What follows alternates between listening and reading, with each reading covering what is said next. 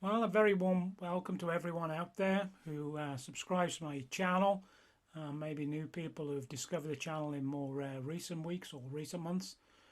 This is a fireside chat as we close out the year 2022, and it's been extremely busy in the workshop. Steady flow of audio amplifiers coming in. Also, with a scattering of other types of equipment. You've probably seen also that there's been some CD players and also DAC players that have been repaired. And those have come directly from customers who've contacted me via the YouTube channel, which has been absolutely fantastic. And I think for me personally, I get an awful lot of satisfaction. And really, what that attributes to is listening to the personal journeys from the customers themselves. And this year, I've met a lot of customers face to face, which has been absolutely tremendous. And the ability to restore something which I would term was lost. And what I'm referring to there is there's nothing quite like audio, or shall we say music, which enables us to be connected to memories and to create new memories. And also it stirs the whole range of emotions within ourselves. And some of the conversations that I've had with the customers really is about that. It's where they've had a piece of audio equipment and maybe they bought it, in their early 20s, or even they took it directly from inheritance from maybe a father or a grandfather or a parent. And to be able to restore that equipment to how it once sounded, for me that's really what this is about. And that personal satisfaction, as I say, really is important to me. And I really, really love to do that, and really to create that emotional feeling for the customer, when they listen to it for the first time after it's been repaired and serviced, and just, yeah, that just takes me back to a different time and maybe memory shared. So, that's for me what sort of motivates all of that. When you sort of come to year end, in the workshop, what does that actually entail? It probably sounds strange to sort of mention that, but really, as we sort of close out the year, what happens is a lot of the test equipment, which you see within the videos, gets sent away. So a lot of the test equipment gets sent away for recalibration and also for firmware or software updates, and that's all completed now. And that sort of sets the scene then for next year for even more amplifiers, hopefully, that will then come through. And I think when you look at the whole, world of audio, there's so much rapid change. When you look at the digital revolution with regard to digital music players, the actual development, of such devices is relentless. But I know, and you all know out there, that there is a massive demand, and it still remains, to restore and repair older equipment. And the reason for that is, and when you think about audio design, British amplifiers, in the early days, what you had was really young engineers, who came together and really designed, exceptional pieces of equipment. And what I mean by exceptional, I mean that the sound quality, the depth and tone of these devices was such that they were distinctive. What these companies were doing is they were creating their own personal brands. For many of you, you own these brands and you've remained with those brands, for decades. When you actually go into this electronic equipment and you look at the design of the amplifiers as well, it's sort of thought-provoking in itself, because there's no surface mount components. The older amplifiers, you don't have any software in there. So it's really innovative designs which has brought about that audio quality. Unfortunately, within the trade, many of the engineers have sadly left the trade, or they've moved into other areas and still remain within the electronics field. And so the stores where you used to take the equipment, maybe to get some advice with regard to a particular repair or take your equipment in, those kind of sort of local shops have disappeared. They disappeared from the high street completely. And what we see is a little bit like car dealerships now. You have very, very large multinational companies who've bought up many of the smaller independent brands. And if you're looking to repair or to service a piece of equipment, it's not so easy. And the reason being is that often these companies will not provide you with any kind of service manual or schematics. And you won't obtain any parts either. So you're sort of reliant then to send it back to the authorised dealer or authorised repair specialist. And often, you know, the turnaround times can be quite lengthy, anything from 4 to 6 weeks or maybe longer. I know for myself, when I receive audio equipment into the workshop, you know, I do provide, you know, a very, very quick turnaround service. You know, I sort of typically most amplifiers that come in will be repaired same day of repair. I carry a very large inventory of parts, which enables me to do that. And of course, by providing that level of service, you also get word of mouth and positive feedback, you know, and good repeat business as well. I hope for you all that you've got a lot from the audio channel, Audio Amplifier Servicing, and I hope you've had the opportunity also as well to repair your own equipment. You know, I do get a lot of feedback where people will sort of comment and say, you know, it'd be terrific if you did, you know, tutorial videos, you know, live stream, and I understand that. But it's really time that limits me from actually doing that. You know, there's a lot of time when you get into the editing of these videos and then putting together all the captions.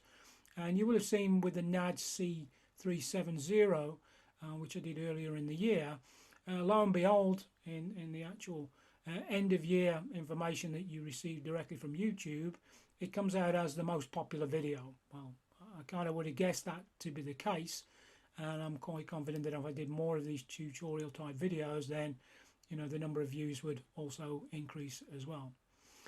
When you kind of reflect, and for myself, you know, I've been in electronics now for many, many years. You know, I sort of left school in about 1982, but I was also working on electronic equipment before that, probably from about the age of maybe 8 or 9.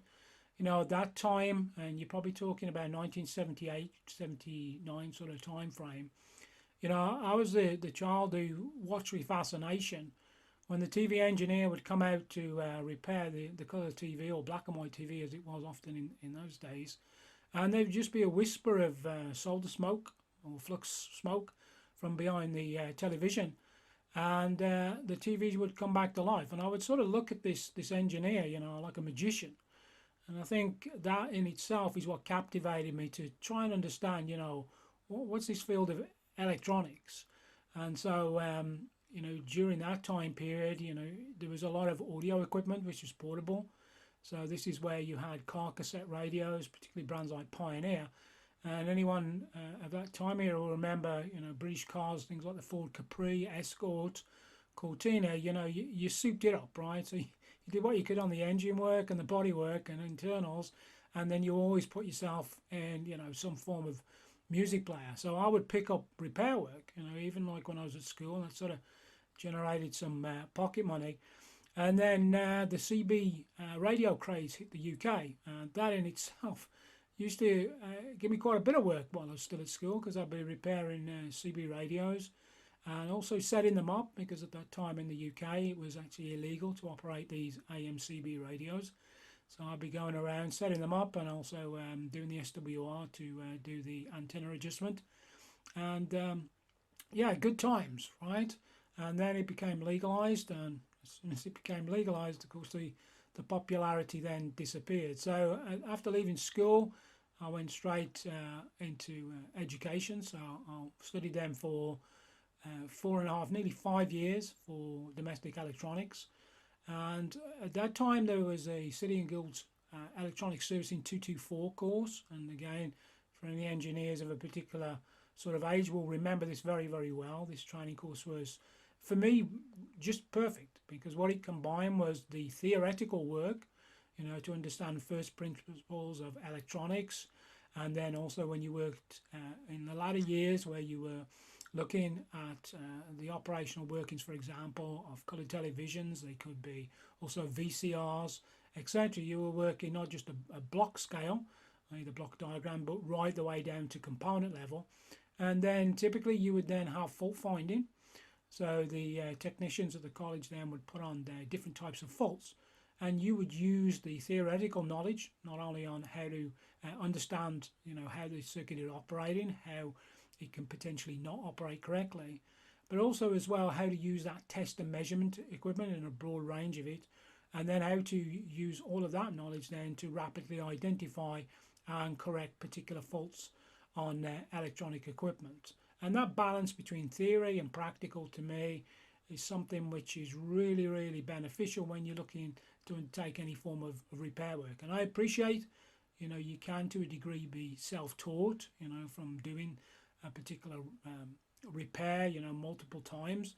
But to have that reinforced with that technical level, is important itself, because it also then enables you to move also into designing maybe your own test equipment, and it will also give you a greater insight into why particular components fail, how they fail, and that in itself then just really develops that skill of fault finding as you go through. And then, when you sort of looked at the development of audio equipment, a lot of people were always looking out to have, single units. So they would have a graphic equalizer, maybe a tuner, dual cassette deck, with your BSR deck to play vinyl on, as well as an amplifier. But sort of in the early 80s, you had brands like Amstrad who were coming to the market, which really were kind of releasing, what on the front end looked like these single units, stack type systems, which customers would go out and go purchase. But, they're really entry level and weren't in effect anything like that. But, they sold in high numbers. And you had the market, of course, then starting to be flooded with a lot of the Japanese brands. So companies like Aoya, which we no longer see. Obviously, Sony has always been strong, Pioneer, and all of these other companies then came through. I think back then, sort of mid-80s time, you had a much more variety, I would say, of types of equipment, for audio. And I remember many, many years ago, as maybe some of you will, listening to the top 20 music charts, and you're there with your mono cassette recorder, and you're trying to record your favorite tracks and then try and edit out, the DJ talking on that. And then, of course, that evolved then to these type of ghetto blasters during the 80s as well, where they were really a combination of everything. You even had some of these things which had, colour TVs built in. There were, boombox, very, very loud music players taking, 10 of these D-type battery cells. And you also had the portable cassette players as well. This was a long time before you saw the iPod being released. This is when Sony dominated the market really with the Sony Walkman and the Sony Watchman. But being portable equipment, as a young engineer, you could sort of get stuck in, because you had electromechanical within the design of the equipment, and there's no risk of electrocution, so even if you were very young, you could quickly take these devices apart, understand how they worked, and then do the necessary repair and service work then. So I think back then, a lot of the equipment was more serviceable, which enabled you to gain access, to the different components within the device. Whereas now, it's mainly kind of more software related, and you have these multi-layer circuit boards which really have almost become like a commodity. So, just to sort of throw the device away and then to purchase a new one. And I've seen that, in some of the more modern amplifiers that have come into the workshop. It's not a case where you can't actually fault find the device. You can fault find down to a particular part that's required. And sadly, as I said earlier, you can't actually source that electronic part, which is a little bit frustrating, both for myself as a repairer, no doubt for yourselves, but also for the end customer as well. That can be extremely frustrating. So really, just to sort of close out on this, I'll look to do, of course, more videos in the new year, and I'll try and, if I can, maybe see if I can make some more time to do something like what we're doing here, which is just like kind of like a fireside chat or a blog. For yourselves, if you've got any ideas or anything like that, by all means, you can email directly to Audio Amplifier Servicing at AOL.com, or you can email directly by that email address, or just leave some comments. That'll be perfectly fine, and I'll always come back to you. What I would say as well is, if you're looking to get into electronic servicing, maybe you're looking to undertake your own sort of repair work, one important thing, just don't be too hard on yourselves. And what I mean by that is that when you first start off, you're going to make mistakes, and maybe things are going to take you a lot longer to repair than what you anticipated. But you know what? That's perfectly okay, because that's how we all learn. And I know for myself, when I started off, trust me, there was quite a few loud bangs in the workshop. but that's how you learn, you know, and that's important. And also, I think the main point about audio amplifier servicing is really it's a community, right? So any sort of comments or feedbacks or sharing of knowledge, I always embrace that. You know, sometimes people say, "Oh, you know, I'm really sorry. You know, this is a bit of a stupid question."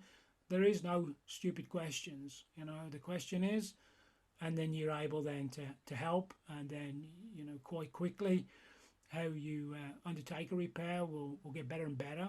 And it's always linking back then to confidence. What I would also say as well is you don't have to spend a fortune on equipment. You know, at relatively low cost, you can get some test equipment, which would enable you to do, you know, good repair work. You know, you don't have to go out there spending, you know, thousands of pounds on different pieces of test equipment. You know, even entry level would be more than satisfactory then when you start. And really, the most important thing, if you are thinking of doing this at the beginning of the year, just think about your own safety, okay? So what I'm referring to there is always make sure that you use the correct hand tools when you're doing the repair work. Any eye protection, don't cut corners because you only have one set of eyes. And then the other part, of course, and most critical part is the electrical safety. You know, always be aware of your surroundings and make sure that you're always working safely. And you know, sometimes you think, well, I'm a little bit short on time here, I'll take a, you know, don't take that shortcut. And then also as well, don't work when you're tired. You know, if you're sort of working on a piece of equipment and you feel a little bit tired, you know, just stop what you're doing, go take a break, go do something else, or come back the following day. And I'll guarantee you'll be surprised that you often go straight to the fault. And you kind of think, well, why didn't I kind of think about that yesterday? And the pure reason is, it's just, you know, it's just because you're tired. It's nothing more than that. All right. So I wish you, you know, a great Christmas, and I also wish you, you know, prosperous and healthy New Year to you and your loved ones. And I'm very much looking forward to producing some more videos next year as well. So from me, thank you again, and bye bye.